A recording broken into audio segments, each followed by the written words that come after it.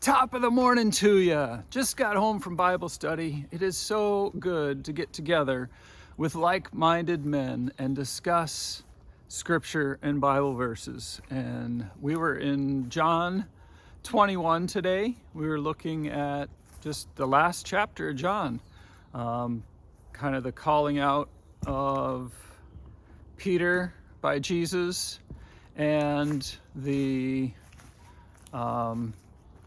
Jesus meeting them on the shore with fish cooked up on the fire and bread, just like he fed the 5,000 and when he fed the 6,000.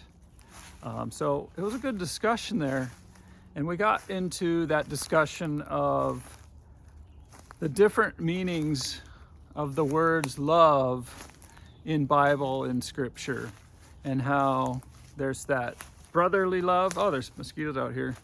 That brotherly love and that love you fully, immensely, greatly, hugely love. And Jesus was asking Peter if he loved him with that agape, overwhelming, complete love. And Peter was answering, I love you with that phileo, that brotherly Philadelphia type of love. And Jesus asked again in the agape.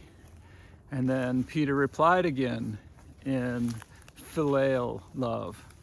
And finally, the third time, Jesus came to John's level and asked in the phileo love, to which Peter replied in the phileo love. So God in the form of Jesus, came down to his level of need, his level of willingness to profess that love.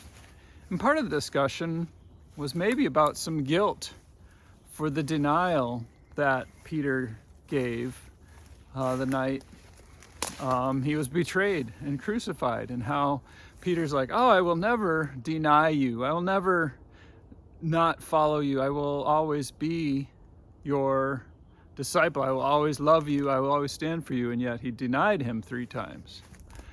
So that was the main content of it. But the thing that resonated with me doing what I do as a kingdom family leader, leading masterminds and coaching individuals, was our Bible study leader said, I've got a guy in my life that I have invited him to tell me the truth, to tell me when he thinks I'm going the wrong way, to tell me when he thinks I may need to make a change, plus all the other good stuff, to be that friend, to be that compatriot, to celebrate with, to have the celebrations, but giving that permission, having that permission to go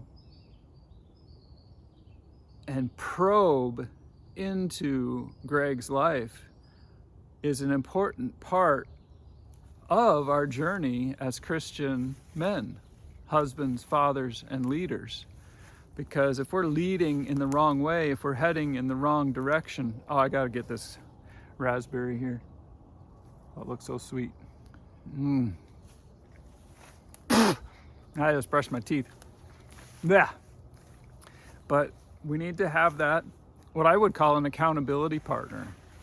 And I think about our online presence as Kingdom Family Leader. We're primarily an online mastermind group. We get together once or twice a year in person for a retreat to really connect with each other. But it's that local, really it's that being able to see into someone's life that's so important in this respect.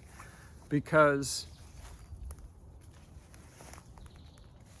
one of the guys I was coaching yesterday, I'm like, well, you're way over there and I'm way over here. So I don't have a full view into the challenges you're facing and what you're doing day in and day out. We do our check-ins and our coaching calls, and there's a lot of value to that, and there's benefit to that. But going where Greg is gone with an accountability partner that has the vision, has the insight, and has the proximity to Greg, and is able to tell us and see small challenges, small deviations, small errors as they come up, and can point that out when it's easy to fix, when it's easy to turn and make a better choice, is invaluable. And that can come from mastermind through the interactions and whatnot. But it doesn't matter where it comes from. It matters that we seek that out and we have that in our lives. As leaders, we need to have someone who knows us, that can speak into our lives and will listen, that we will believe, that we will have faith in, that we will know that they have all the information that they need to be making the statements they do.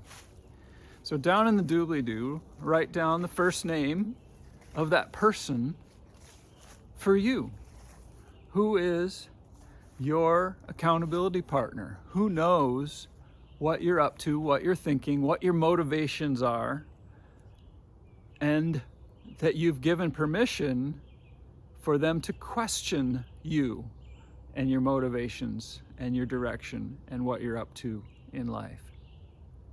And if you don't have one, maybe put down there, I'm looking for one.